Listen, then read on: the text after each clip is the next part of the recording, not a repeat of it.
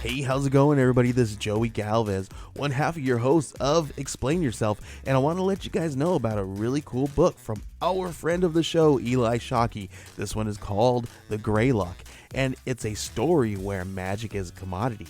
Potions are sold at corner stores. Orcs and dwarves earn a living in cubicles, not on the battlefields. But there are those who resist the house's magic's laws. Branded a criminal and forced to live as a wand for hire, there is a spell slinger they call the Greylock. Check this one out. You guys can pre-order issue 3 right now with code JAN241939, and make sure you guys are heading over to your favorite LCS and letting them know that you want Greylock number 3, and maybe pick up the first 2 issues. You could do that at the Scout web store. So make sure you guys are grabbing the Greylock number 3, JAN241939 at previewsworld.com. Okay, everybody. I have something really cool to tell you about. If you haven't heard yet about Anchor, it's the easiest way to make a podcast. Let me explain here. It's free. There are creation tools that allow you to record and edit your podcast right from your phone or computer. Anchor will distribute your podcast for you so it can be heard on Spotify, Apple Podcasts, Stitcher, and more. You can make money from your podcast with no minimum listenership. It's everything you need to make a podcast in one single place. Now, the way that you can do this is you got to download the free Anchor app or go to anchor.fm. and then you can get started. It's really fun. We just switched over recently here at All Too Real 2, and I'm enjoying it so far. So be sure to check it out and let us know what you think.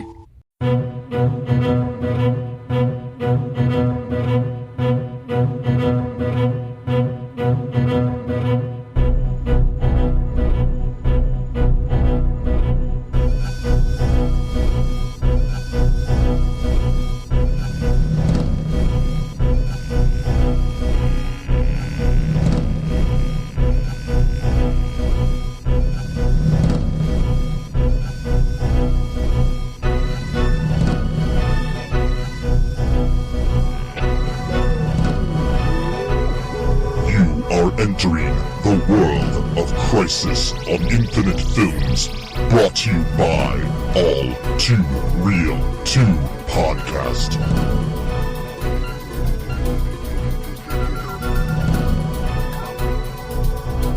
Okay, everybody, welcome to the latest episode of All Too Real 2 Podcast.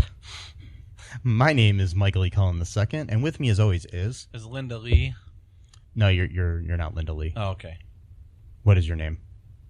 I'm not going to say it. All right, Kara Zor-El. That's fine. I'm pretty sure it's Matthew Haas. Not going to say it. I think it's Matthew Haas. I'm not gonna acknowledge that name. Why not? I don't know. Just don't feel like it. It's bothersome. I have a new identity now. I don't need to recognize my old name. You don't? Mm-mm. 'Cause I was born again in light. And you know what I'm talking about. In light? In the light being. Oh, of Tony Generous? Yeah. Yeah, the people on this podcast don't know about our good friend Tony I don't Generous. care. I'm going to spread his word in every podcast? Every format available at all. Okay. I don't know. Well, that could be a good thing or bad thing. You have really piercing eyes. Do you realize that? Yeah, I know. Okay. Thank you. I always have. So, anyways, today we're starting this new series of, looking at films that I want to call Crisis on Infinite Films.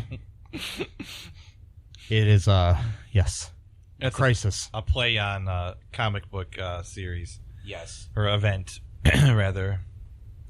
Yes, the Crisis on Infinite Earths. Anyways, today we are covering the 1984 British-American film. Oh, British-American. Yeah, it was actually filmed in Great Britain. And it actually says a British film according to Wikipedia. That's my that's free for you, Wikipedia. That's your jingle, yeah. Yeah, if you want to, start advertising, because I'm sure nobody visits your website. Wait. Wow. Probably everybody. Anyways, the movie's called Supergirl. Mm-hmm. Not to be confused with the TV series Supergirl, which is currently airing on the CW. Nope. Not even close. We do have one of the actors from that show on here. Helen Slater stars in this film as Kara Zor-El and Kara Zor-El and Linda Lee. Yeah, Linda Lee, her / Supergirl. Yeah. Yes, this was produced by the Salkinds, who produced the first 3 Superman films, not the 4th one, which came out after this movie. Okay. This and the failure of Superman 3 convinced them to sell the rights. Wow. Yes. I can imagine maybe why, but yes. By the way, Helen Slater, she plays TV Supergirl's adopted mother in the Supergirl TV show. Mm-hmm. But she plays Supergirl in this movie. Yes. This movie also features the talents of Mia Farrow, Peter O'Toole, Faye Dunaway, all like award-winning actors who have been in no better film than this film. Nope. Yep. No Mommy Dearest or, Rosemary's Baby. Or Princess Bride. No, that's not Peter O'Toole, is it? No. That's sorry. Wasn't he in wasn't he in the movie that the movie? Yeah. That one about the guy. I don't know. The guy who traveled in like stuff, and he wore the turban on the cover. Lawrence of Arabia? Yes. He was in that? Wasn't he Lawrence of Arabia? Oh, was he? Okay. Thought so. Okay. Yeah, I think he was. Yes. That's a good movie. I'm thinking he was.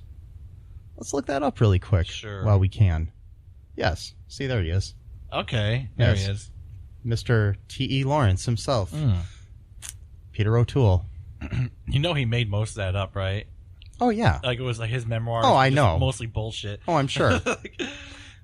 But, yes. But that movie is considered one of the greatest movies of all time. It's a really good movie. Yeah. And, not better than this movie, though. Nope. This movie's 2 hours long, and feels like 4. Yeah, feels like 4. So if you want to feel like you just spent 4 hours doing something in 2 hours and get the enjoyment of 4 hours worth of something in only 2, watch Supergirl, 1984. Yep. Yes. Matt. So also another person in this movie was Mark McClure, reprising his role of Jimmy Olsen from the Superman films. Yeah. Yes. So that was cool. Just wanted to point that out. Christopher Reeve was supposed to make a cameo in this movie, but he decided that he was not good enough to be in this movie. He wasted the potential by not showing up in this. But they did have a poster of him, though. Yes. And Linda's dorm room / dorm room. Well, and Lucy, because she shares a dorm room with Lucy Lane. Yes. As in Lois Lane's younger sister. So that was pretty cool. Yes. And how does she know? She must have known that was the school to go to then. I'm jumping ahead here. Sorry. I was thinking of something. I think it might just be a coincidence. Okay. Like how things happen in these things. Yeah. Just a whole series of coincidences in these movies, and it's kind of like on soap operas where everybody seems to know each other and things just happen, and you're like, "Oh, that's my brother." And dies twice or 3 times and comes back to life, resurrected. Yeah. So, let's hop into the into the good old time machine and let's find out the what happened in this, Matt. What's the plot here? The plot here is very drawn out. There's maybe two... Is there a plot? There is a plot, okay, but it's very, very loosely put together. And there's maybe 2 stories in the entire movie, which is 2 hours long. And by the way, this was written by Timothy Burrill. So he's responsible for the plot. Well, he's responsible for the writing, yes, but not the pacing of the film. Yes. That responsibility is on other people. On the director and editor. The director is Jeannot Schwartz, who also directed Somewhere in Time featuring Christopher Reeve. Okay, well... Christopher Reeve actually suggested him for this movie. That's very inconsistent. Okay. And Somewhere in Time, if you have not seen it, is one of the few movies that makes me cry every time I watch it. It's a very good movie. It's one of the best movies. Yes. It's and I can't watch it anymore, but it's very... It's very sad. Yeah, very sad. Very good movie. Mm-hmm. It's probably one of the best time travel movies ever made. Mm-hmm. So, sorry about that. That's all right. So the plot. Okay, so the plot is very drawn out and weird. So what happens is it starts in Argo City. For those who don't know, according to the Superman, I guess plot, the overall, the general story of the Krypton. The planet Krypton was destroyed, but not all the Kryptonians died after Krypton blew up. Yeah. So what happened was the remaining ones who kind of found each other scattered throughout space, they created their own artificial city called Argo City that was powered by a special device. Argo, fuck yourself. Oh, sorry. Argo. Wow. Sorry, I was just remembering the movie Argo. Yes. Yeah, every time I hear Argo, I remember that movie too. Yeah, it's a good movie. Yes. It's a good movie. But the city is powered by something called the Omegahedron, which is like this device that's, I don't know exactly where it comes from, but it's kind of like magical in some ways. Magical, I guess, on our Earth, but in there it's more of a scientific thing. But a guy named Zoltar, he's kind of like he's like the main designer of the city, and he quote borrowed the Omegahedron. He's not supposed, no one's really supposed to have it, to kind of do more creativity stuff, and then he was trying to hide it from the fact that he had it because he was talking to Kara's mom, because she came up, and then he kind of kicked the ball a little bit behind him, but then it got caught up in Supergirl. Kara's cloak or whatever she was wearing, and I guess she moved or whatever, and then that caused the ball to fall in that little, what was it called? I forgot the name. Some kind of hold that was basically, it fell in a hole was what had happened, and this thing basically powered the whole city. So everyone was going to die now because of it, and they were really upset because you could tell by their acting where they're like, oh no, that's the only thing that can power the city. Yes, I must be sent to the Phantom Zone for what I did. Your suffering will end soon, but mine will be everlasting. Like, very, that's the reaction, you would have to your entire home being destroyed, is very stoic. And it kind of reminds me of the Aladdin movie with all the child trafficking. Like, I'm really scared, Al. Like, yeah, like good old Al Haddon. This emotion just bursting out, but whatever. So Kara feels it's her fault because she's a woman, and even in Krypton, women are taught to believe everything's their fault. So she goes, and she I don't know. She goes to try to retrieve the back in 1984, wasn't everything woman's fault? Well, that's what I'm saying.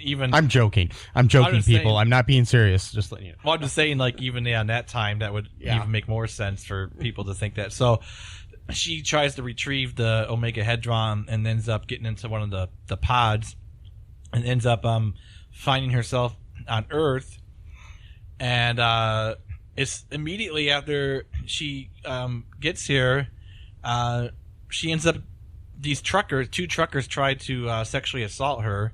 Yes, one played by Matt Frewer, who people better know as Max Headroom, and also the next door neighbor in Honey, I Shrunk the Kids. Yep. I know the Max Headroom commercials. I know.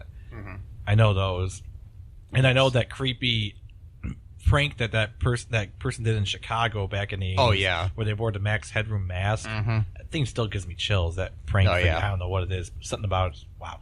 But anyway, I think it was Stuff You Should Know did a really good podcast about that situation. So look that up. Either Stuff You Should Know or Stuff They Don't Want You to Know. Oh, okay. One of those two. They're both produced by the Stuff Network at iHeartRadio. I'm giving them free advertising because I enjoy both of those shows. So, yeah. There you go. And, iHeartRadio, if you'd like to produce our show and give me a bunch of money, go ahead. Do it. Yeah. Okay.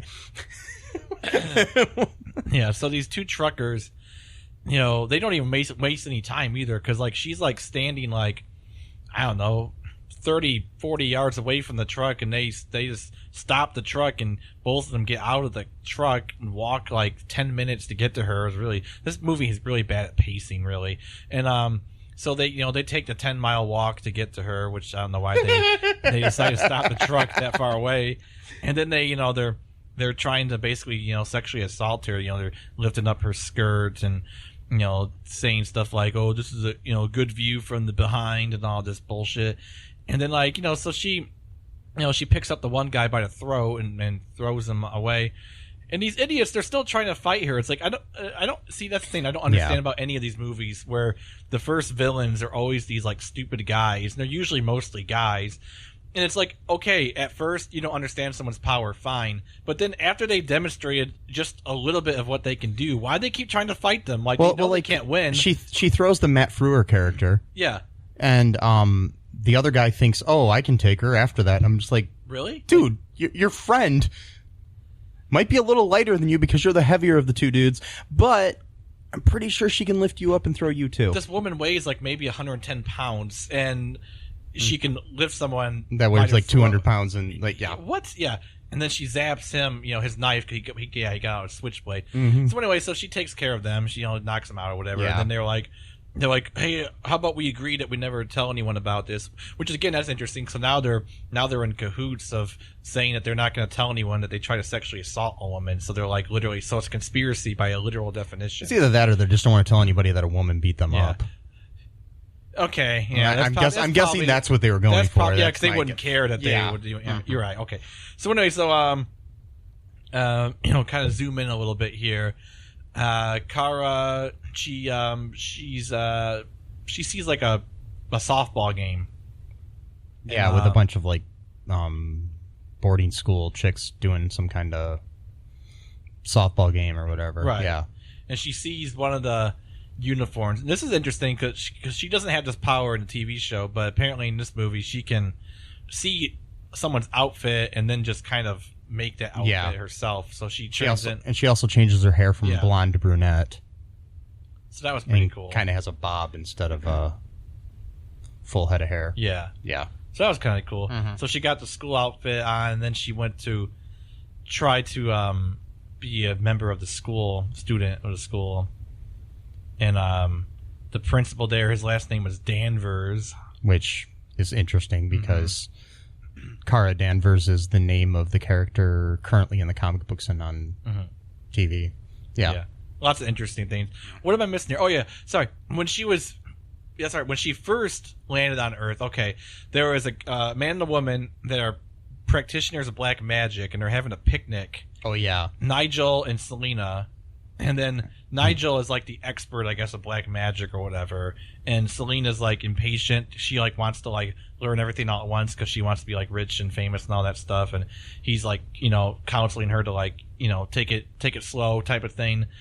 And the Omegahedron fell in this nasty looking dip that they were eating. I don't even know what it was. It was some shitty orange colored bullshit. But yeah, and Nigel is played by Peter Cook, who is a famous English satirist and comedic actor who often worked with Dudley Moore and other people.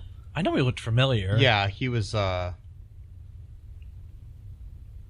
He was, I believe. Let me look this up really quick.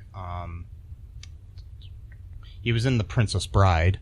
Okay. Which that's probably why you were thinking. That's of what I was thinking of. Yeah. Okay. Yeah, he played Sir Mortimer Chris. He was also,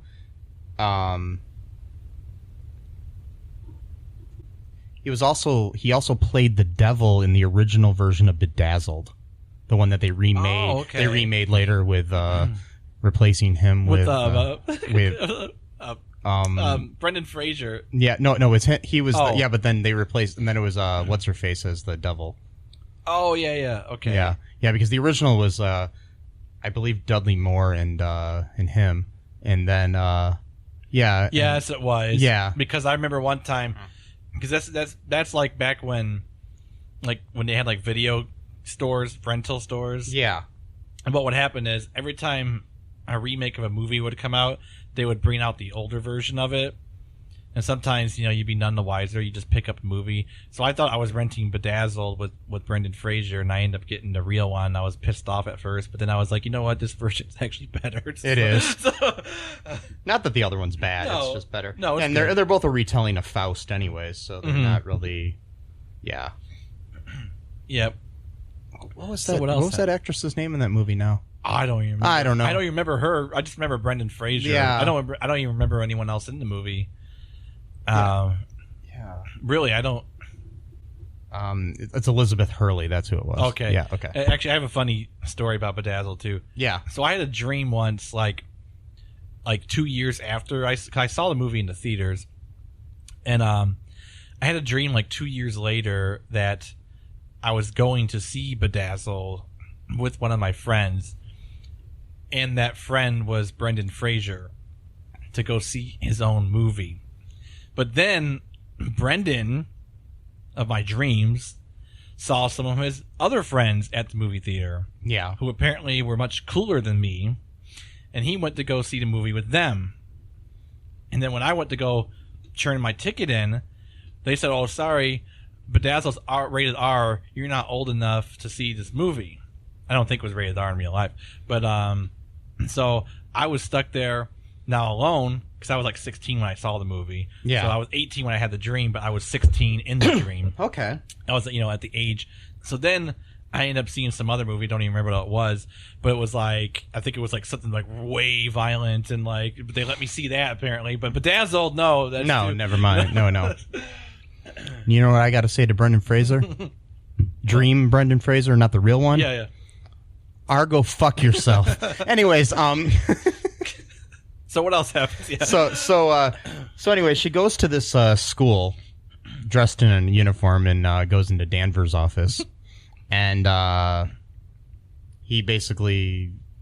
she creates like files and shit for herself, and then basically can go there, and she ends up getting put in a dorm room with Lucy Lane, the sister of Lois Lane. I don't know if I have to say that every time I mention her name. No, but, you don't. But I should. Well, just to be consistent. Maybe. I'm joking. No. if you want, but yeah. And I'm Michael E. Cullen II, brother of Christina Mailer. Mm-hmm. I just had to point that out too. And you're Matthew Haas, brother of Nathan Haas. Yes. Okay. Anyways, So wow. Yes. So that happened, and they become friends. We're taking a long time here because this movie has no plot. Yes. Sorry, it's one plot. One plot in the whole fucking movie. There was a plot? Yes. Oh, okay. Can I get into the plot? Because I keep... Yeah, let's getting sidetracked. Let's hop into the plot. Okay. Because I don't remember this plot. The plot is Selena gets the Omegahedron when she and Nigel are having that picnic, and it lands in their shitty-looking dip that they were eating, which like it's all orange and nasty-looking. I don't know what the fuck they were eating. It was like stupid crap. Yeah. And then so she takes it out, and then it's like glowing and making all this maybe weird it was like sound. Thousand Island dressing. Yeah, or something, it was terrible to me, but I don't know. And then like it starts like doing what she wants, or she just can, I guess, intuit that she doesn't give her power. So then she basically just decides that she's going to leave this Nigel because she doesn't need him anymore, because she was only going out with him so he could teach her about black magic or whatever. Yeah. So she says, I've outgrown you. These things happen. She gets in the car. He says, I got the keys to the car. She uses the Omegahedron to start the car and drives off without him. That's the end of Nigel for now in the story. So she goes back to her house or wherever. It turns out that she lives with a roommate who also practices black magic or witchcraft or whatever. They didn't really specify. They kept going back and forth. Which, there's a difference between witchcraft and black magic. And according to some people, there really is no difference between quote-unquote black magic and white magic, which is kind of racist in of itself because black magic is somehow the more corrupt and evil ones, whereas white magic is the more nice and pristine ones, but whatever. So, but, it's just some people just say just magic is just magic. The occult is just the occult. Anyway, I digress. So, she lives in this like carnival place with her roommate. She says, we don't have to worry about money anymore. We don't have to worry about anything anymore because this ball I've got now, can give me anything I want. Okay. So she has the power of the universe in her hands now.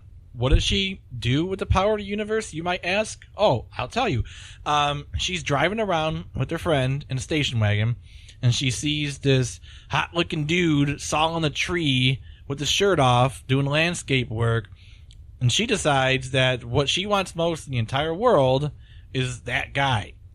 Oh. That's it. Yeah. That's it. That's all she wants. So the whole movie, literally, is about this. So she calls him... She calls him up as a ruse to say that she wants like plants, or trees planted in their house or garden or whatever type of thing. And instead, she's there basically just like, really flirting with him. I wouldn't even call it flirting. I mean, she's practically just offering herself basically. And then she slips something in his drink. So she basically straight up roofies this guy. Yeah. What she does, she roofies him.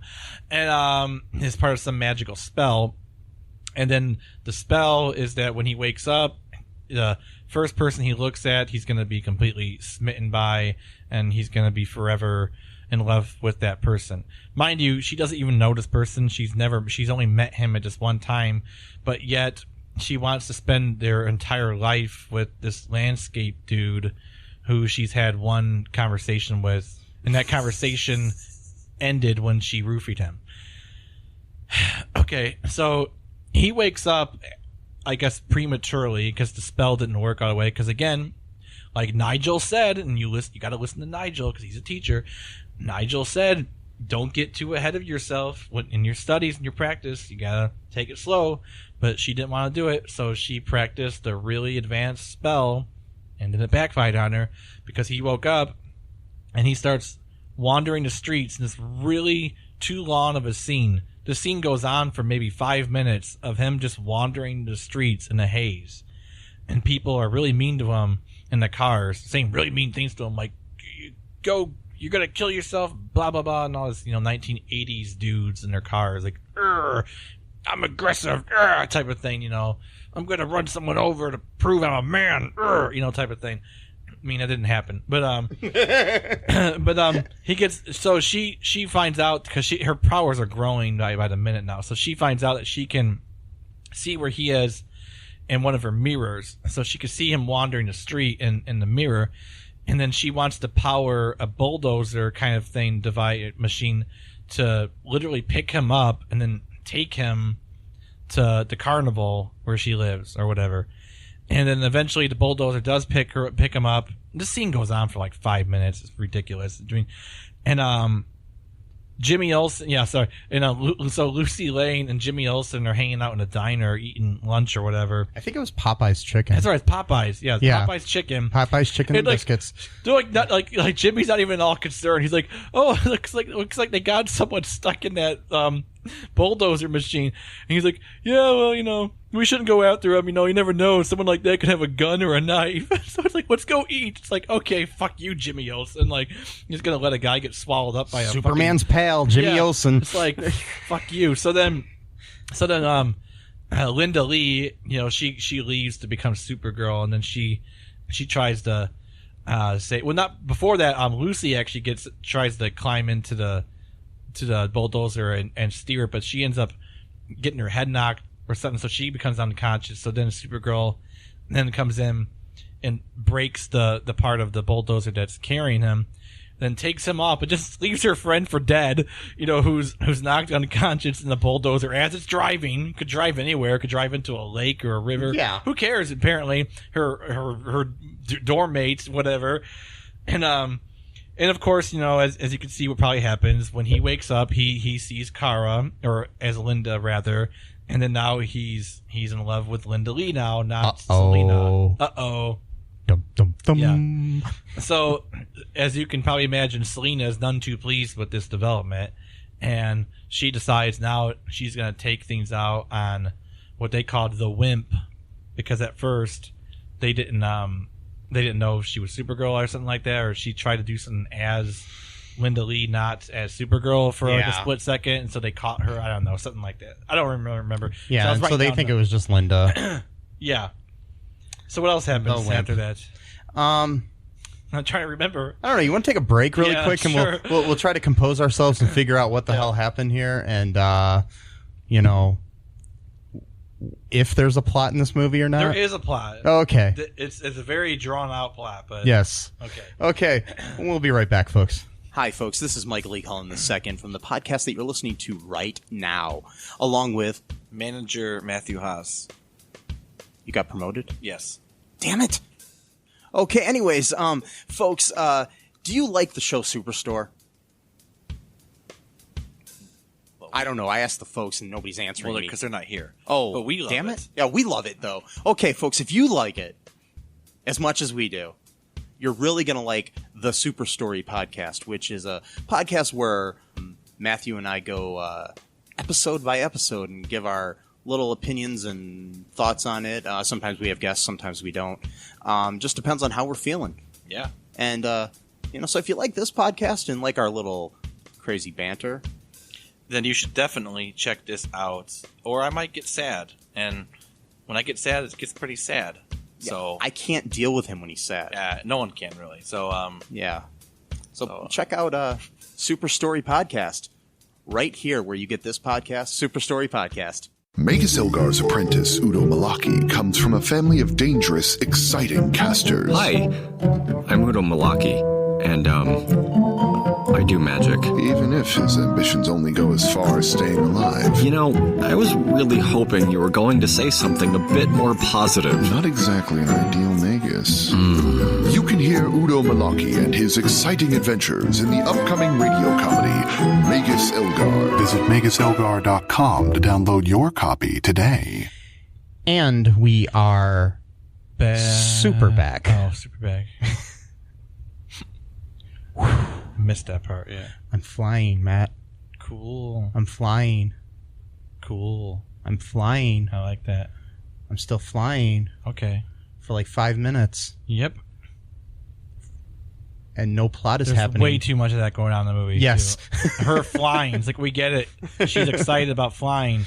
But, man, we don't need a whole montage of this See, going on. when the first Superman came out and they did that, the effects were like groundbreaking. And it was cool. But that was in 1978. This is 6 years later. Right. That's like when, when The Matrix came out, that bullet time thing was cool. But then when like 85 million other movies did it, it was like, okay. Like, yeah. What we am I get wa- it. Yeah. Yeah. I mean, that's how things advance. Sorry. Yeah. But Yeah. We can't live on the past, man. nope. Okay, anyways. So what happens next in this like multi-plot filled mess? Okay. So Selena summons a windstorm creature to attack Kara. It's invisible, and so Kara's getting hit by it. She doesn't know where it comes from, so she ends up taking one of those like a light stand, like a, what do they call it? Like a street lamp thing. Oh, okay, yeah. And she ends up having to get electrified, so then she can like push it towards where she thinks the creature is, and then for some reason the creature is visible when it dies. I'm not sure why. I didn't but okay. get that either. So she kills the creature or sends it back to wherever it came from or whatever. I don't know what. And then she this is either before or during the same time where she goes to the carnival to try it because she can figure out, because she can sense when the Omegahedron is doing stuff too, because she's trying to retrieve it, so she can have an idea of where it is. So she can realizes that it's at the carnival. So then she's staking out the carnival to try to. She doesn't know it belongs to Selena at this point either. She's just going, and then Ethan, the landscape guy, is following her because he's completely smitten by her. So with flowers and chocolate. Flowers and chocolate, and then she's kind of likes him too a little bit, even though like he's like just completely like 100% like just not even real person at this point. He's just like a robotic, whatever type of thing. And so he begs her to go on a ride with him, like one of those like carnival, like what do they call, not Ferris wheel, but like it's like a, what do you call it? It's almost like the teacup ride, but kind of different. I don't know what it is. It's kind of different. It's weird. Yeah, one of those type of rides, spinning thingy mabobbers. Yeah, it's a spinning thing. So then I watch a lot of videos about amusement parks. Yeah, I know you do. So you think I would know what the fuck those are called, right? That's all right. Yeah. You don't have to know everything. It's fine. You're good. No, I do. I need to know everything, no, Matt. You don't. I need to know everything. You're fine. I need to know everything. It's okay. No. It's okay. No. It's not okay. Okay, I'm good. Okay. Anyway, they sit down on one of these benches or whatever, and they have like a moment, whatever. And then Selena turns on the lights, and then she uses her magic to make the thing spin like really, really fast, where she thinks it might actually kill them. But then Ethan's still in there. He's like passed out, but Kara is gone, or Linda is gone rather, because she was dressed as Linda at the time. But then she reappears as Supergirl, and then they kind of have like a fight or whatever. I don't remember what happens with it. Oh yeah, I know. I remember now. So like, there's like, they have like these football themed bumper cars with like the logos of the team on them. Like the Pittsburgh. It was such a weird scene. And Ethan's in there and he's trying to dodge the bumper.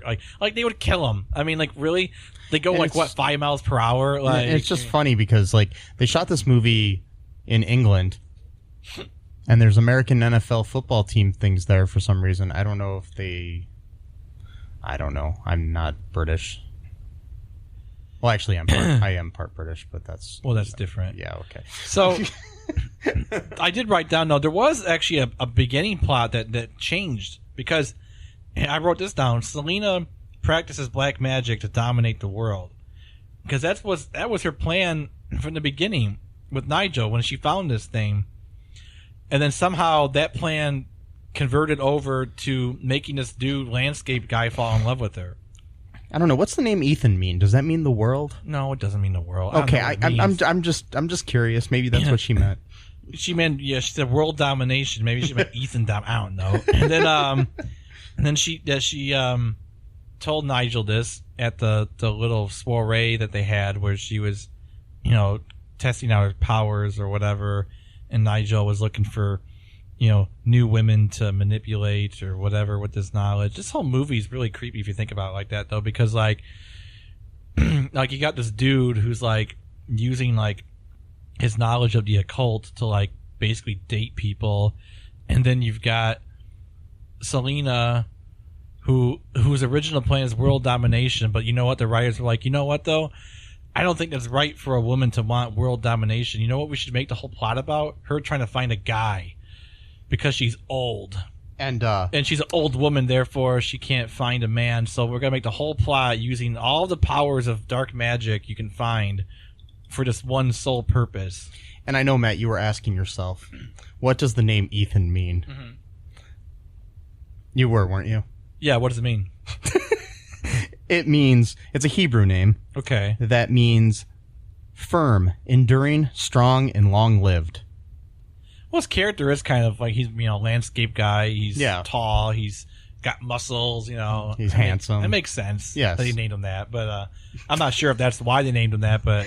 I just had to look it up. I mean... That's fine. Yeah. I'm in a weird mood tonight, Matt. You're fine.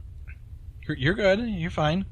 No, I'm not. Okay. So what happened after that fight? I forgot what happened.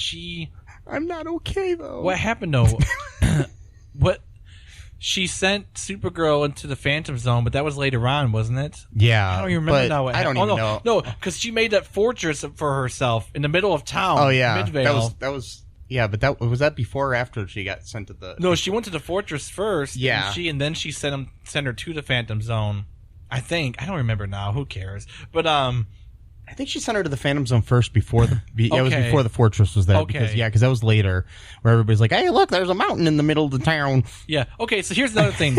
So she wanted world domination. That got converted over to I just want this guy to be completely smitten with me, and then that converted to, oh well, I got to get a little bit on this world domination thing. So I'll be like the queen of Midvale, like a small town. Yeah. Outside of Chicago, like, okay, so you're gonna use all of your powers. That'd be like, hey, I'm gonna be I'm gonna be the queen of Wilmette, Illinois. Like, why? Like, there's like 2,000 people that live there. Like, it's like, again, like the stakes could not be lower in this movie. I mean, she has a device that can literally do anything she wants, and she's thinking in such small scales. So she creates this huge fortress in the middle of town, and there's like a mountain, and the fortress is on top, and then she seizes Lucy Lane and Jimmy Olsen because yeah, by the way, they all know who she is all of a sudden. They got protest signs, and they're like, "Go away, Selena!" Like when did they hear about this person? My thing is like, what's the time frame? Like, how long was it that this happened? Like, was this a week later? Was this a day later? Was this like 2 hours later? What was this? Right.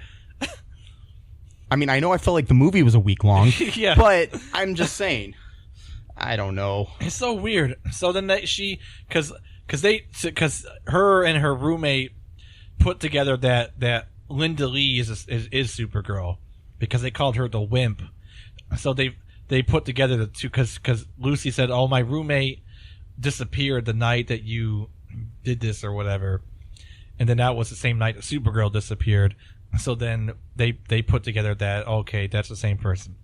So she gets sent into like this really kind of like dark cave type prison planet, Alex Jones. No, she gets sent, and it turns out that it's the Phantom Zone.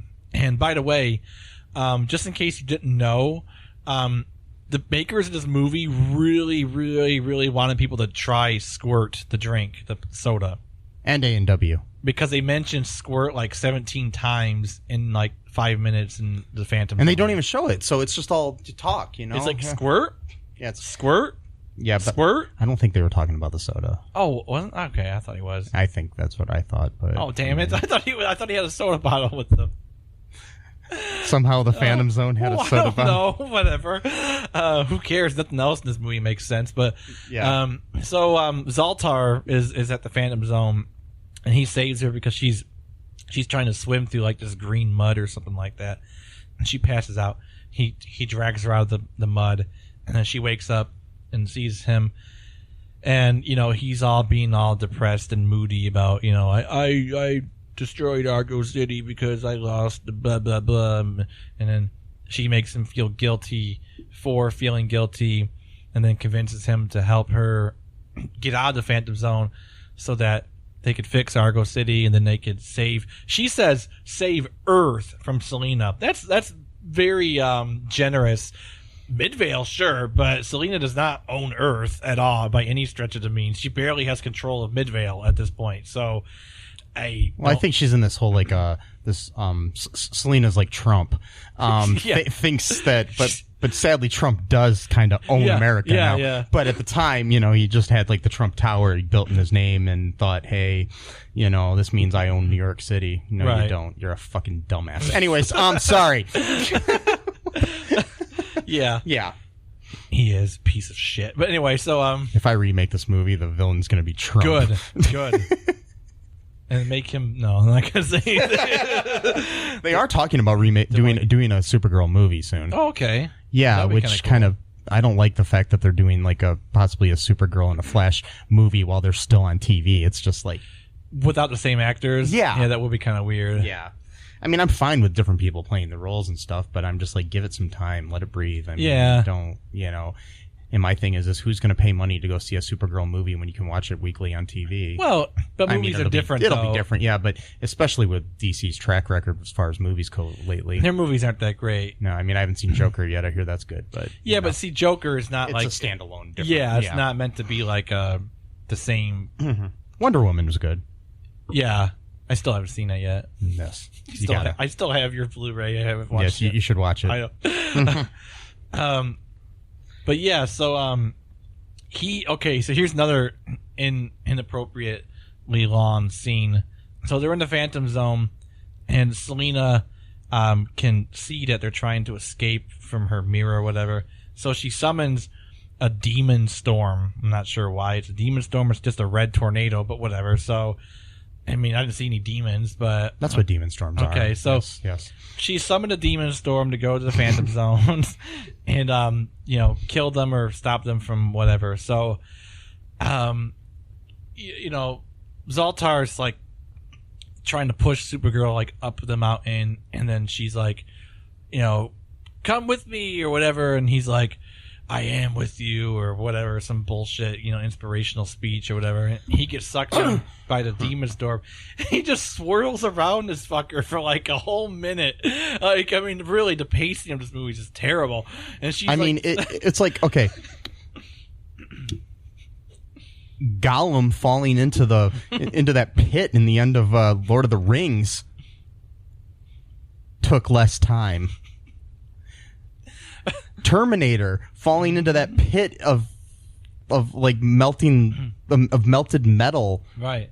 In Terminator 2, right. Took less time. He wasn't even falling; they had a lever. Yeah, so it made sense for him to be slow. Yeah, because... that took less time though. Yeah. And okay, here's the thing. This was my thought as this was happening before this happened. So in this movie, this came out, a few years, like 7 years after Star Wars, yes. And so this is kind of our Obi-Wan Kenobi character, this Lawrence of Arabia, Peter O'Toole. Yeah. My thought there is our Obi-Wan sucks. Yeah. That's what I said when we were watching this. That was hilarious. That was, yeah. Because you said like I wrote it down too because he said like, yeah, he's our Obi-Wan Kenobi. He's like, except our Obi-Wan Kenobi sucks. As he's swirling down And the thing is like, I mean, you killed him way too late in the movie, right? For him to mean anything. Right. He disappears for half the movie, and then you bring him back and then kill him. Like, a few minutes later or a few hours later, I can't tell in this movie. The time was just so fucked up in this movie. Yeah. Yeah. Oh, boy. Oh, by the way, Selena, she recaptured Ethan and put him under her spell again somehow. I forgot to say that because he was her king or whatever of Midvale. So, but he snapped out of that too at one point. Yeah. I don't know. So then what happens? After our Obi-Wan Kenobi sacrifices himself, she gets out of the Phantom Zone. She goes back to the fortress and they have a fight. She finds that Lucy and Jimmy are in like these like little ball cages things like you would see in some movie from like 1950s or whatever. Yes. And Selena goes, oh, they'll get the point, and then summons these spiky things or whatever. Yeah. Really bad pun. These like hot spiky things. Yeah. They looked hot at least. Yeah, they were kind of. Yeah, they were red glowing. Yeah. So Supergirl blows on them to do the freezing thing and breaks them apart, and then Selena tries to crash them down as the spikes are still up there, but then they're and then sets them free. She sets them free for some reason. I don't know why. Basically, she ends up setting them free because she's a fucking dumbass. Idiot. She's the worst villain in the history of a comic book movie. Is. And Nigel, he runs off like a fucking coward, but then he comes back later on to tell Supergirl how to defeat her because he's like, he's the expert of black magic here or whatever. So Supergirl does like this like tornado type move to like Yeah. basically like imprison Selena with energy or whatever, and then she gets like don't even know what happened to her. She just disappears or she gets whisked away. I don't know what happened. Yeah, she got so killed or she what? She basically dies, I guess, and then and then the movie ends. That was pretty much it. Yeah. Yeah. Ethan he woke up from his stupor or whatever, and then he said goodbye to her because she went back to Argo City to save it. So it's kind of interesting because this was like a one-off story, whereas like, you know, Supergirl on our TV show, I say our like I'm part of it somehow, like I'm writing for it, whatever. And our Supergirl, you know, from CW, the current Supergirl, you know, she's on Earth pretty much to stay for life. I mean, yeah, and I think well, because she came from Krypton as opposed to Argo City in our version and stuff. Right. And anyways, you want to take a break here, Matt, and then we'll look at some reviews of this movie and you know, some like comments and some other fun facts. Sure. Hey, folks, this is Michael E. Cullen II from the podcast that you're listening to right now, along with Matthew Haas. We just wanted to tell you about our great podcast called Super. It's called All Too Real. And on that show, what do we do, Matt? We watch biopics, and then we talk about whether or not the movie matched up with the real story or not. So it was a lot more exciting than that, though. Yeah, so we analyze the real story and the real story. Get it? Get it? Real. You know? Yeah, they're spelled differently, folks. You can guess which one I said which way. Uh-huh. Anyways, so sometimes we have guests, sometimes we don't. But we talk about great movies like Shattered Glass and The Social Network and Futile and Stupid Gesture, among others. Those are some of the ones that we've covered so far, and we're going to cover a lot more. So please subscribe on Stitcher, Apple Podcasts, Google Podcasts, wherever you find your great, fun podcasts. And be sure to share it with your friends. Do it. Do it. Do it. And make sure you're not afraid to get all too real. Bye-bye. And we are... kind of super back.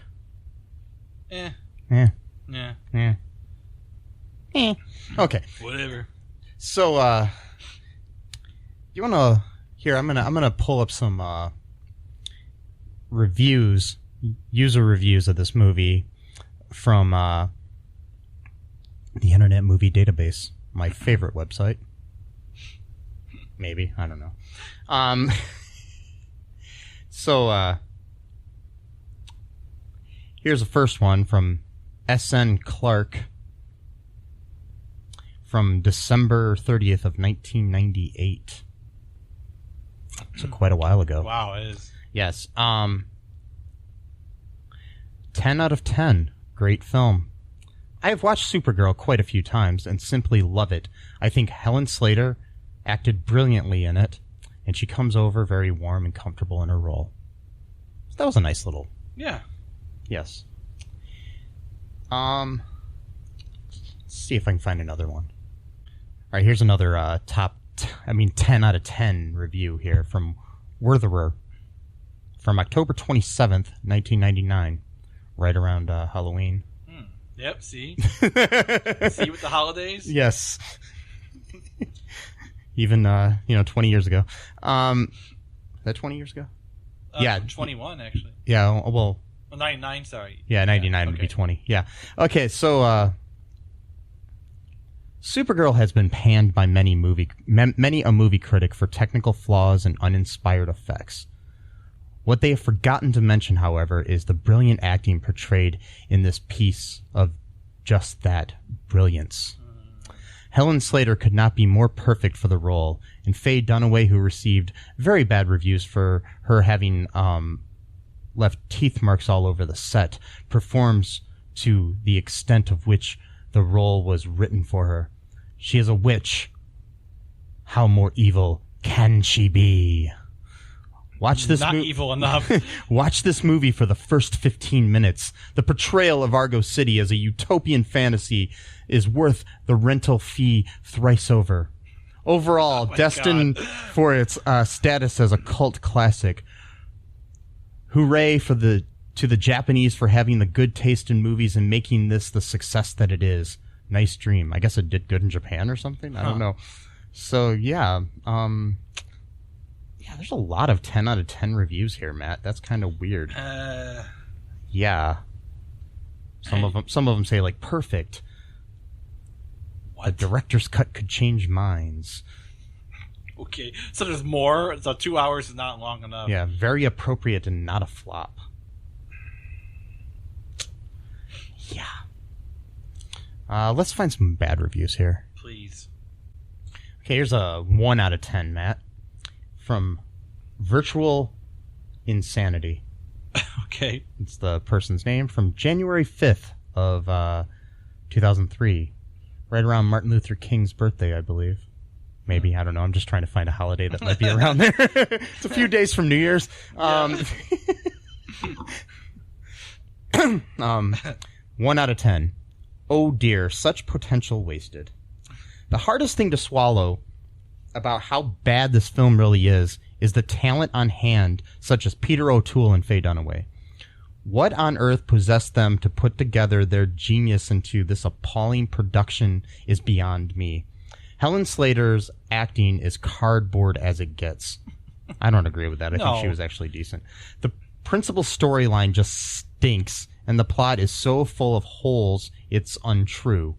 The special effects are just plain awful, and everything in the movie looks like a bad prop from the 1930s version of Flash Gordon. But enough about the good points. The one thing that really annoys me is the patronizing but generally incorrect use of sci-fi description. Some of the words they dream up are just so lacking in imagination and condescending it's nauseating. Omegahedron, I ask you? I'm pretty sure that's from the comics, actually, but that's... Well, but anyways, in short, if you want to make history and tell everyone you have witnessed quite possibly the worst film ever made, then watch Supergirl. If, however, you value the relatively short time we have on this planet, then please don't waste 2 hours of it watching this trite, worthless drivel. Okay, so there's that. Mm-hmm. Yeah. So I'm going to read a little bit of trivia here from the movie really quick. The film's opening credits cost almost $1 million to shoot. Those 3.5 minutes of words flying on the fucking screen that could have been a lot shorter cost $1 million to shoot. Yeah. Yeah, Helen Slater later went on to appear in Smallville and also plays Liza Danvers on Supergirl, as we've mentioned. John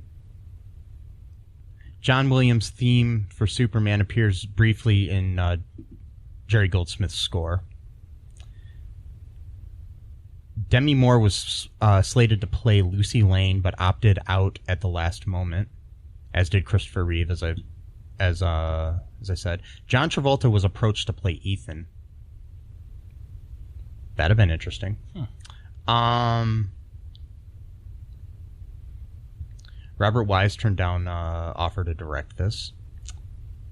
Melanie Griffith was considered for Supergirl.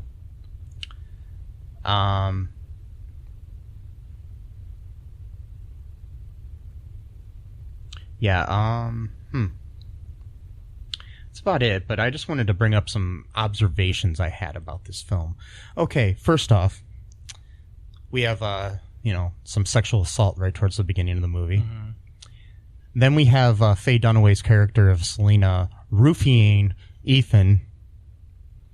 Which is sexual assault. Well, yeah. She didn't do anything with them, but it was intended. Okay, was Lucy and Linda, were they in high school, do you think? I think it was a high school, academy type of thing. Yeah, I wasn't sure if it was high school or college, because the thing is, Jimmy looks like he's about 30.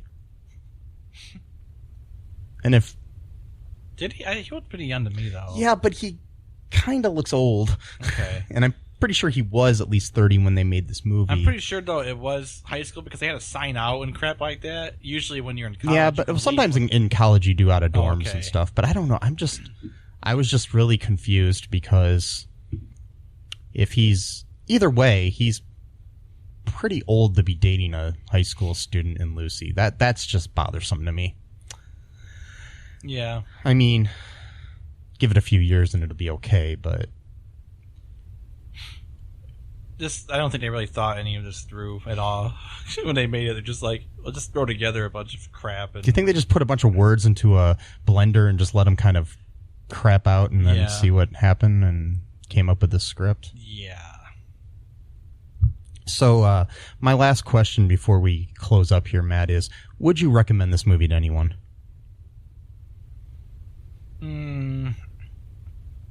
Yeah, maybe. To who? To, like, bad people. I don't know. So, yeah, I mean, maybe put somebody in, like, that chair like Alex in Clockwork Orange and just make them watch this movie over and over and over again or something. Yeah. Something like that. No, you can watch it. I think, okay, like, if you just have it on TV and you're kind of half watching it with, like, your friends or something, like your family, that's okay, I think. Maybe put it on while you're vacuuming. Yeah. That's fine. Yeah. Okay, so anything else before we go here, Matt? Nope. Okay. Well, thanks for joining us for this super episode of, our new series here, Crisis on Infinite Films. We'll have a few more of these coming up soon. Hope you enjoyed it. I know I didn't. Bye-bye. Have a super day. Super duper. Bye-bye. Thanks for listening to All Too Real 2 podcast, a Cullen Park production. Produced and edited by Michael E. Cullen II. Music by Matthew Hawes. Subscribe and share the show. Visit us at cullenpark.com.